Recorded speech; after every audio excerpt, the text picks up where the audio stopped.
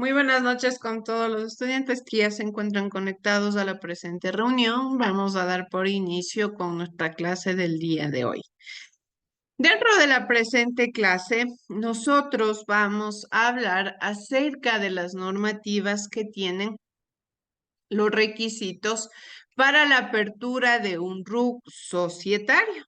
Sí, si bien es cierto, nosotros hemos podido identificar, hemos podido analizar cuáles son estas normativas en la anterior clase, principalmente a qué se refiere el RUC, cuál es la importancia que tiene esta documentación dentro de los espacios laborales, dentro de los espacios comerciales, con la finalidad de poder desarrollarnos en un ambiente laboral bastante bien estructurado, en un ambiente laboral bastante bien coordinado de cierta manera.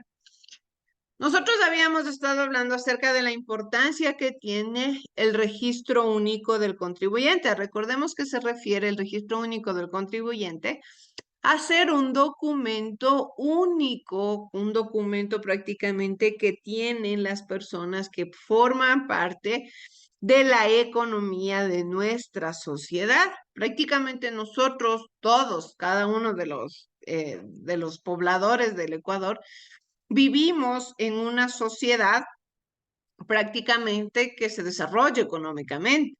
Somos un país que está en vías de desarrollo y que lógicamente esto se lo da gracias al trabajo de las personas, gracias al desarrollo que tienen las sociedades, gracias a las diferentes áreas laborales, a los diferentes sectores laborales con los cuales nosotros nos vemos directamente enfocados y directamente estructurados.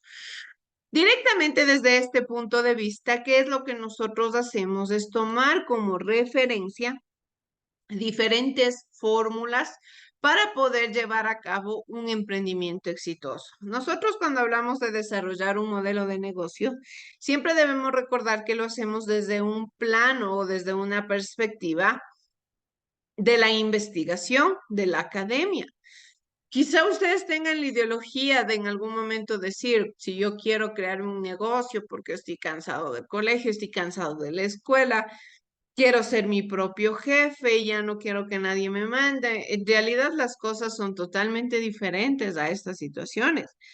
Cuando yo tengo un negocio, debo esforzarme el triple de lo que lo hacía antes. Cuando yo soy el dueño del emprendimiento, sea el emprendimiento que sea, de lo que se trate el emprendimiento, tengo que directamente aprender sobre el producto o sobre el servicio que voy a desarrollar, sobre el producto o servicio que voy a ofrecer. Existen diferentes normativas, existen diferentes funciones con las cuales yo debo enfocarme, con las cuales debo tomar en cuenta para poder desarrollar un modelo de negocio. Todo esto se lo hace desde la investigación, desde la academia. Es por eso que nosotros estudiamos. Ustedes dirán, pero qué tan importante es la asignatura de emprendimiento, porque se la debe estudiar.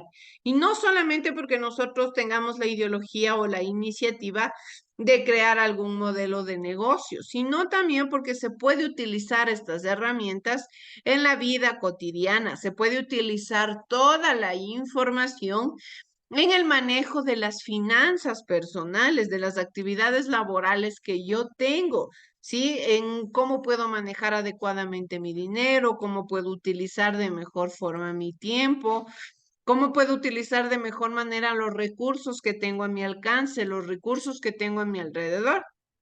Sí, en este caso nosotros debemos analizar, como les digo, e identificar cuáles son las normativas básicas que debemos tomar en cuenta para el desarrollo correcto de un modelo de negocio, para el desarrollo correcto de un modelo de emprendimiento. Todo esto con la finalidad de tomar referencia directamente de la estructura social, de la estructura económica, de la estructura también comercial con la cual nosotros nos vamos a desarrollar.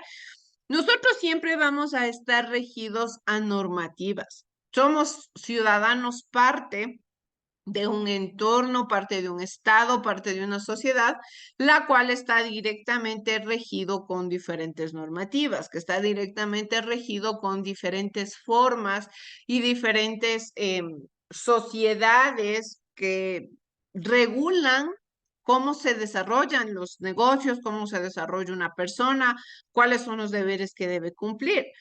Dentro de estos deberes están también los que se deben cumplir al momento de tener una responsabilidad social.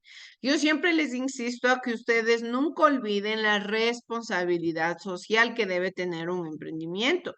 Un emprendimiento que se preocupe por el bienestar del consumidor, por el bienestar de los potenciales clientes, es un emprendimiento que va a tener éxito. Es un emprendimiento que va a lograr alcanzar más fácilmente sus objetivos, sus lineamientos. ¿Por qué? Porque está poniendo como prioridad las necesidades que tienen los principales consumidores. Nosotros habíamos estado estudiando cuáles son las necesidades de Maslow, ¿sí? Prácticamente es la temática inicial con la cual nosotros empezamos a estudiar lo que es emprendimiento. ¿Por qué? Porque como futuros emprendedores o como personas con una mentalidad diferente, se debe identificar las necesidades que se tienen en el entorno. Si estas necesidades son directamente relacionadas al ámbito social, fisiológico, de seguridad, de autorrealización, las necesidades también de autorreconocimiento, de autoestima. ¿A qué se refiere todo esto? A que nosotros como seres humanos naturales, comunes y corrientes, constantemente tenemos cosas que queremos hacer. Tenemos diferentes necesidades. Hay las necesidades que son fisiológicas, es decir, que sí o sí el ser humano tiene que cumplir o si no, no puede seguir su ciclo de vida, como la alimentación, el descanso, ¿sí? Las necesidades de seguridad, de tener un hogar, tener un espacio donde refugiarse, tener un trabajo, tener una economía. Las necesidades sociales, las de relacionarse con otras personas, las de autoestima, de estar bien con uno mismo. Las de autorrealización, donde las personas se puedan sentir profesionales. ¿Por qué vemos en una pirámide? Porque lógicamente no quiere decir que si yo no tengo un título me voy a morir, ¿sí? Generalmente es una de las necesidades que tiene el ser humano, pero como tal no es una necesidad fisiológica. Por eso las necesidades de autorreconocimiento se encuentran en la cúspide, prácticamente en la parte más alta de la pirámide. ¿Por qué? Porque existen diferentes formas de expresar las normativas, diferentes formas de expresar estas necesidades. En este caso, nosotros debemos también identificar cuáles son las normativas que debemos cumplir, los deberes que debemos cumplir para poder satisfacer correctamente las necesidades que en nuestro entorno se desarrollan, que en nuestro entorno requiere. Si la sociedad está constantemente estructurada, está constantemente desarrollada, con necesidades, ¿sí? Todos los días el ser humano tiene necesidades y soy yo quien con la mente emprendedora, con una mente creativa, debe proporcionar las herramientas para que estas necesidades se puedan satisfacer, para que estas necesidades se puedan llegar a cumplir de la manera más adecuada posible, de la manera más específica posible, con los mejores elementos, con las mejores situaciones en beneficio de la sociedad. Para ello y para ir iniciando, quiero que hagamos un breve recorderis de lo que habíamos visto la anterior clase acerca de lo que se refería el RUC. Sí, veamos chicos el siguiente video, por favor.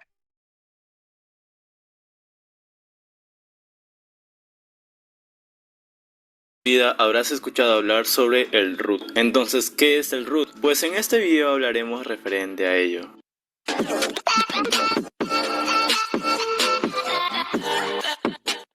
El registro único de contribuyentes, o más conocido como RUT, es el patrón que contiene los datos de identificación de las actividades económicas y demás informaciones relevantes de los sujetos inscritos. En pocas palabras, el RUT es un número único y consta de 11 dígitos y es de uso obligatorio. Así es, obligatorio para todo tipo de declaración y trámite que se realice ante la SUNAT. O sea, como un resumen o algo así que yo mismo lo explicaré con mis propias palabras, esto no te lo dice directamente la SUNAT, pero el RUT bendice a ser como tu DNI para tu negocio, es decir, algo que te identifica como empresa o persona que realizas tus actividades, ya sea si tienes algún negocio comercial, una ferretería, brindes servicios, etcétera, etcétera. Ahora, ojo, ojo.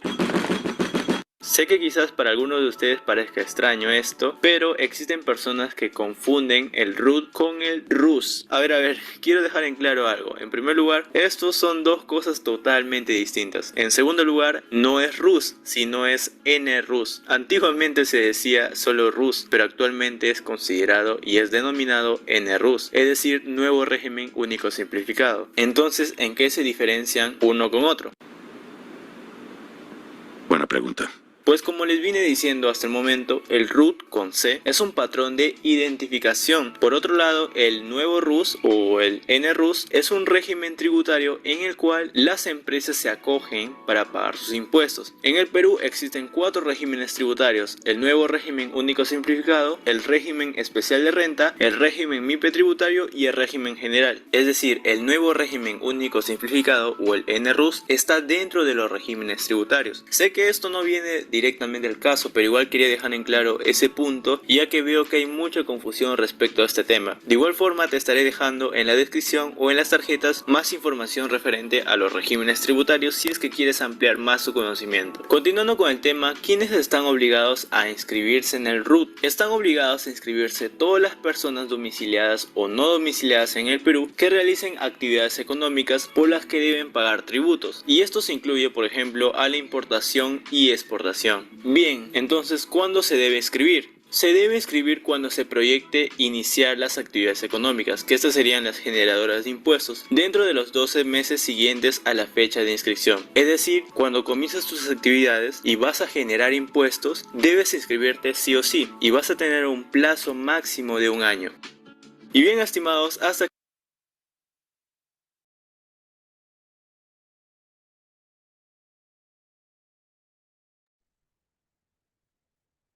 Bien, entonces nosotros hemos identificado a qué se refiere el RUC. Algo importante que nosotros debemos analizar de este documento es que prácticamente se considera como que fuera la identificación del negocio.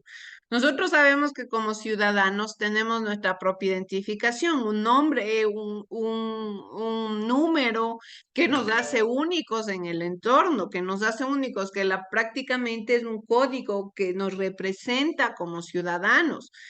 De igual manera, con los negocios se debe realizar las mismas actividades, se lo debe considerar de la misma manera.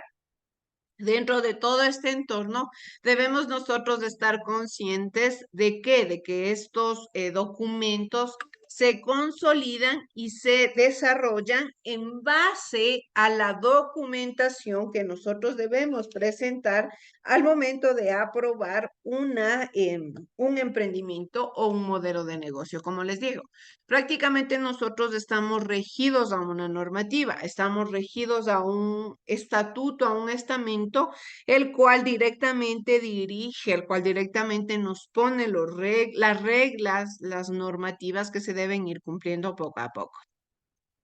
Es así que nosotros la anterior clase habíamos estado estudiando sobre los requisitos que se deben tener para aperturar un RUC como persona natural, es decir, como una persona única, como la persona dueña del negocio, pero sin nadie más alrededor, es decir, el único dueño del emprendimiento.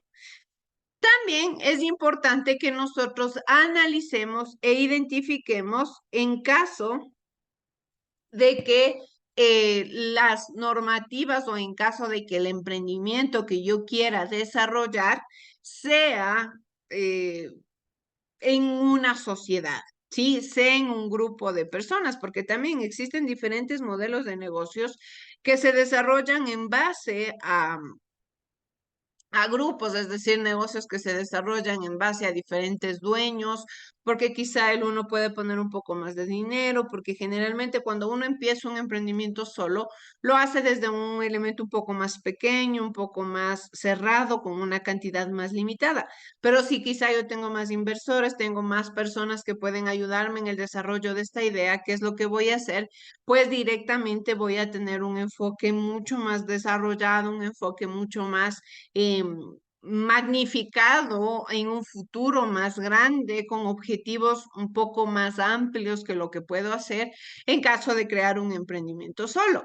Entonces es así que yo debo también identificar cuáles son los requisitos para poder reaperturar o aperturar, perdón, un RUC en una forma societaria. Nos dice, ¿qué formas se te ocurren a ti para simplificar los requisitos para tramitar la reapertura del RUC? Generalmente nosotros debemos enfocarnos al entorno en el cual nos estamos desarrollando. Si bien es cierto, el texto se basa, ustedes tienen aquí el año en el cual el texto ha sido escrito, principalmente se basa en el año 2015. Nosotros ya estamos en el año 2023, a punto de terminar este año.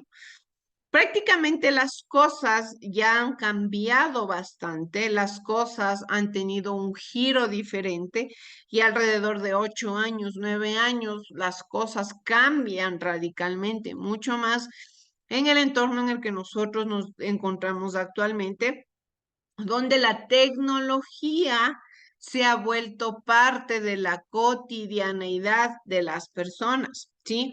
Nosotros debemos estar conscientes de que el ámbito tecnológico es parte de lo que nosotros hacemos diariamente, es parte de lo que nosotros desarrollamos, es parte de prácticamente el 80% de actividades que nosotros hacemos en nuestra cotidianeidad. Lo hacemos con la tecnología para enviar un mensaje, para llamar. Por ejemplo, la mayoría de gente ya no tiene teléfonos convencionales, simplemente tiene un número de celular en el cual ya las personas se comunican de una forma más rápida, más certera mediante los teléfonos. Otro punto también importante. Nosotros sabíamos que antes para quizás hacer algún trámite en las entidades, no solamente del SRI, sino en cualquier entidad, se debían hacer grandes filas, tenían que madrugar para ver si cojo un buen puesto y esperar quizá a veces toda la mañana para que me puedan atender. En este caso, para poder agilizar la mayoría de estos trámites se lo hace ya mediante un ámbito tecnológico, ¿sí? Es decir, tomando en cuenta las páginas de Internet, tomando en cuenta la globalización que ha tenido la tecnología en nuestro entorno. La tecnología prácticamente ya es parte de nuestro desarrollo diario. Entonces, la mayoría de actividades se pueden también desarrollar en base al estudio de esta tecnología.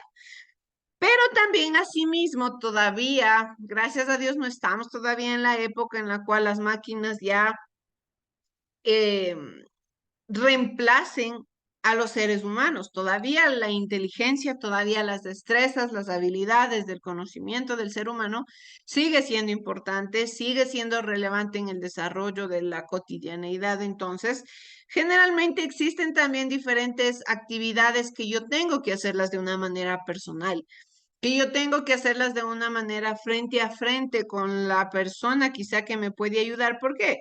Porque tenemos dudas, somos seres humanos y mucho más cuando lo hacemos en diferentes áreas que no conocemos. Quizá en el momento de reaperturar o de aperturar un RUC, en el momento de crear un negocio, qué requisitos tengo, tengo muchas dudas, tengo muchos vacíos con los cuales necesito que alguien me ayude, que alguien me guíe. Entonces, quizá en Internet no puedo subsanar todas estas dudas que tengo que hacer, pues directamente acercarme. Pero ahora podemos ver que con la ayuda de la tecnología ya no siempre es necesario el tenerse que acercar a una oficina.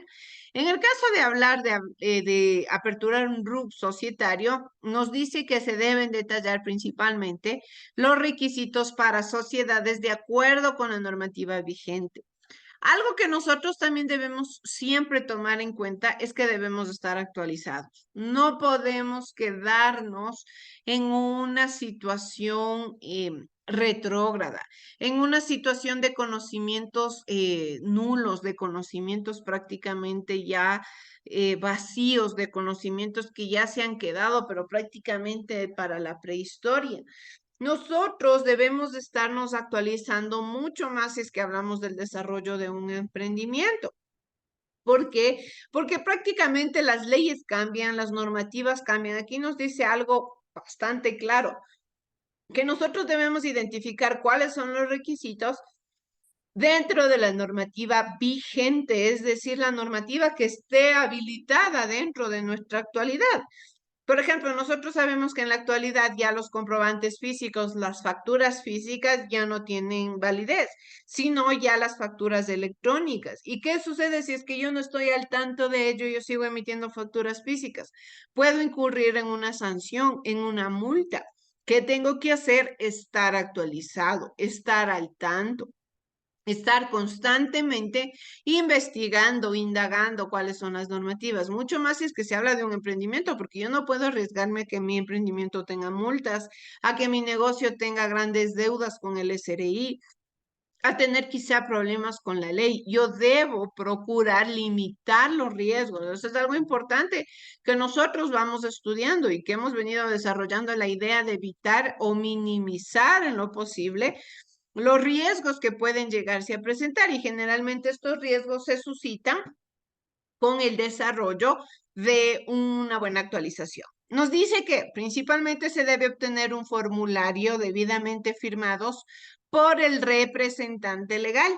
El segundo formulario se llena para aquellas sociedades que poseen establecimientos adicionales de la matriz.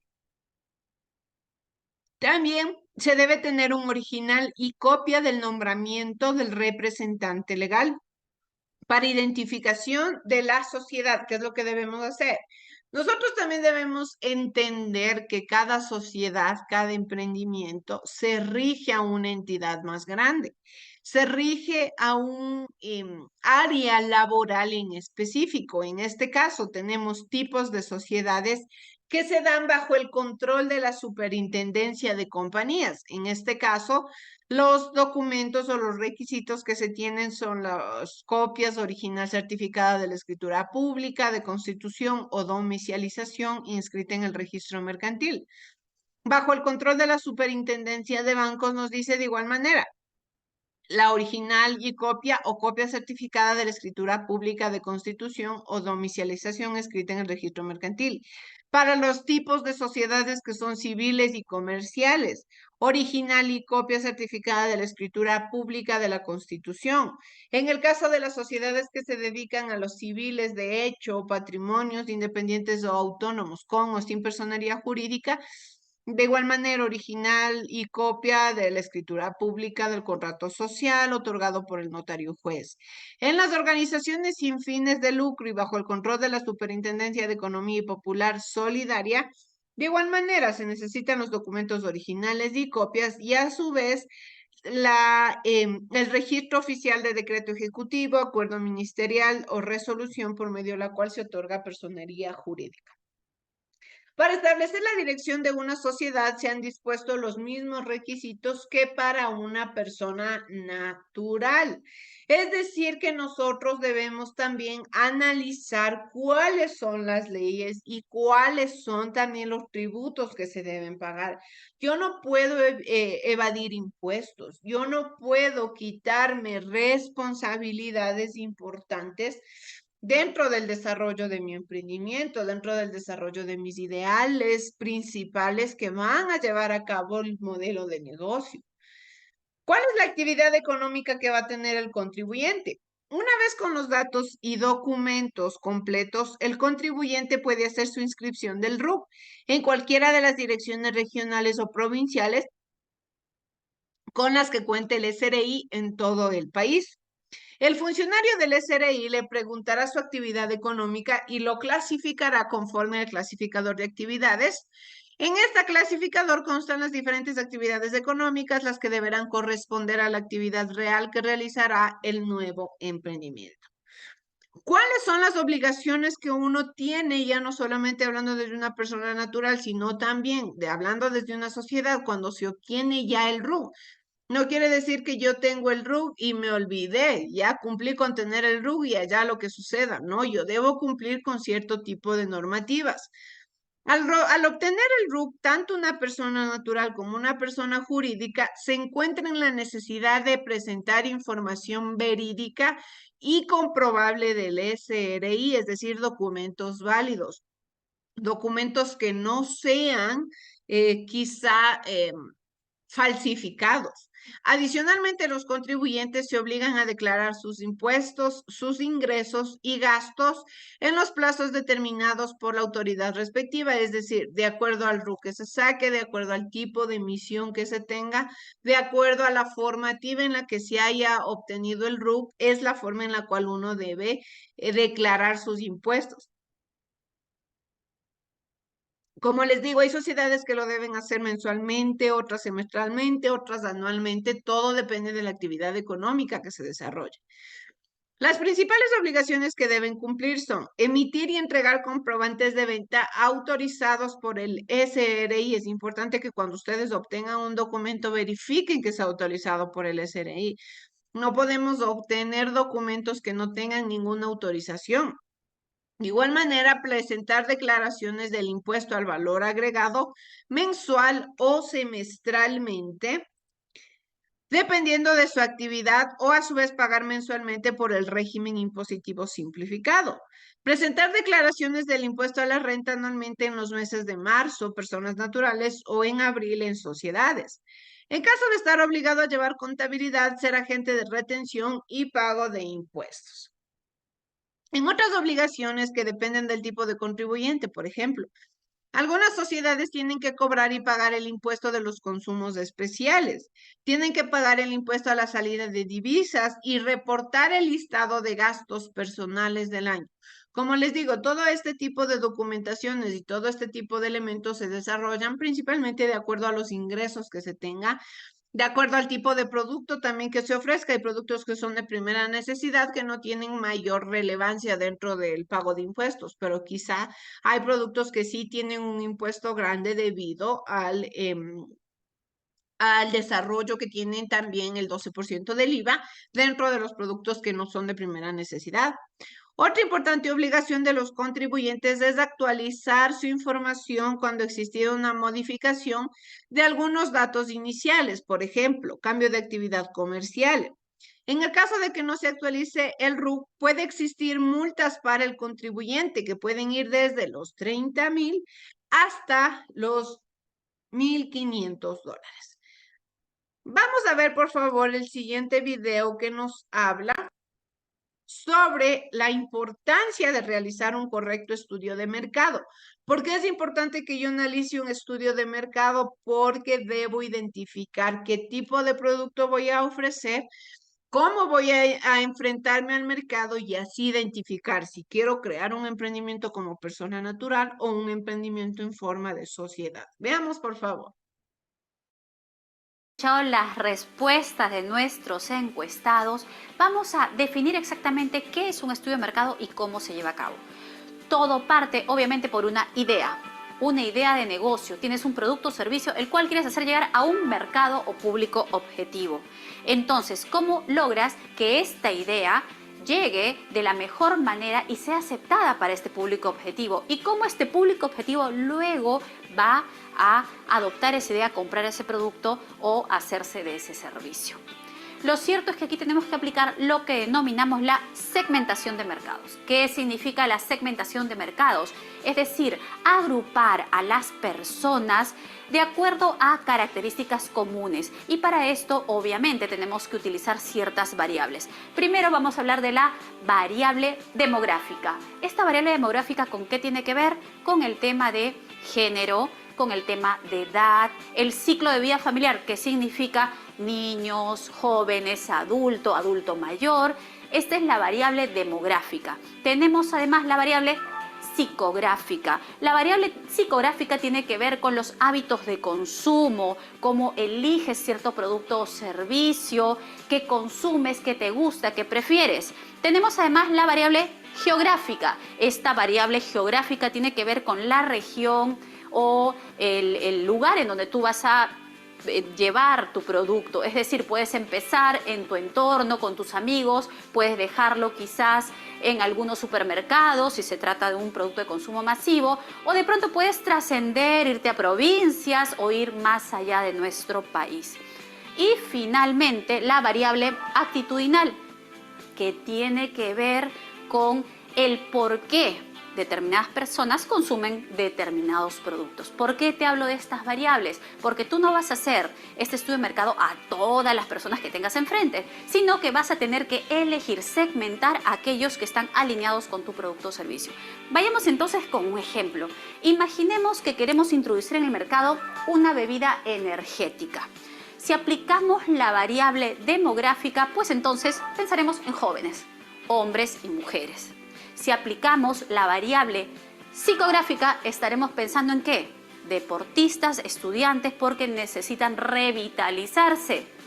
Si hablamos de la variable geográfica, puedo estar pensando en que lo voy a colocar en bodegas, supermercados. Obviamente esto depende del capital que tengas tú para invertir en tu negocio, porque como bien mencioné, puedes empezar por tu entorno y después ir ampliando el mercado. Y finalmente la variable conductual, es decir, qué tanto consumen las personas una bebida energética, y a ellos son a los que vamos a apuntar. ¿Cómo empezamos este estudio de mercado? Nos ponemos una hipótesis, una pregunta, es decir, ¿qué cosa quieren estas personas? ¿Qué están esperando de este nuevo producto que no encuentran hoy en día en el mercado? Porque obviamente necesitamos un diferencial. Bien, lo apropiado para este producto como herramienta es una encuesta. Porque si bien es cierto, puedes utilizar en un estudio de mercado lo que son las encuestas, lo que son las entrevistas y lo que son los focus group. Básicamente, las encuestas son aquellas que puedes salir a la calle, agarrar a estos muchachos y hacerle esta serie de preguntas que vas a armar en tu formato de encuestas. Cuando hablamos de lo que es una entrevista, definitivamente estamos hablando de un producto que quizás sea para empresas, porque vas a tener que entrevistar al que se dedica a las compras, al de logística de esta empresa, ¿no? Y cuando hablamos de focus group, es cuando vamos a juntar a un grupo de personas para que opinen respecto quizás al nombre, al color, a la etiqueta de tu producto a ofrecer. Muy bien, entonces ya definiendo la herramienta y volviendo al ejemplo de la... Bien, chicos, eso es lo que puedo brevemente comentarles dentro de la clase del día de hoy. Antes de que nuestra clase se termine, chicos, quiero hacerles una pregunta. ¿Quiénes de este curso son de la ciudad de Riobamba? Si me pueden ayudar, por favor. ¿Alguno de los que está conectado es de la ciudad de Riobamba? No, licenciada. Desde No, Riobamba, dice. nadie. Licen, yo soy de la Pertenezco a provincia Riobamba, de sí, Riobamba. pero no vivo en Riobamba. O sea, sí, que vivan aquí en Riobamba. Lógicamente que sean de Riobamba, no hay problema, pero que vivan aquí en Riobamba. Ninguno de los que está conectado vive aquí en la ciudad de Riobamba, entonces. Yo, Licen. Compañera Fernanda. Yo también, licenciado. Yo también dice, Una pregunta a los tres compañeros. Saben que yo estoy encargada de realizar lo del Consejo Estudiantil. Estoy encargada de la lista B, pero necesito personas que sean de la ciudad de Riobamba. En caso de que el compañero Eduardo o la compañera Fernanda y el compañero Cristian Pérez, me parece que me dijo, en caso de que yo les escoja, por favor, para conformar parte de la lista B, ¿estarían dispuestos a colaborarme solamente en caso de que se tenga que presentar o algo, pero prácticamente para conformar la lista? ¿Sí? ¿Tendrían algún inconveniente? yo no puedo, dicen, ya estoy en la lista A. Ya, la compañera Fernanda.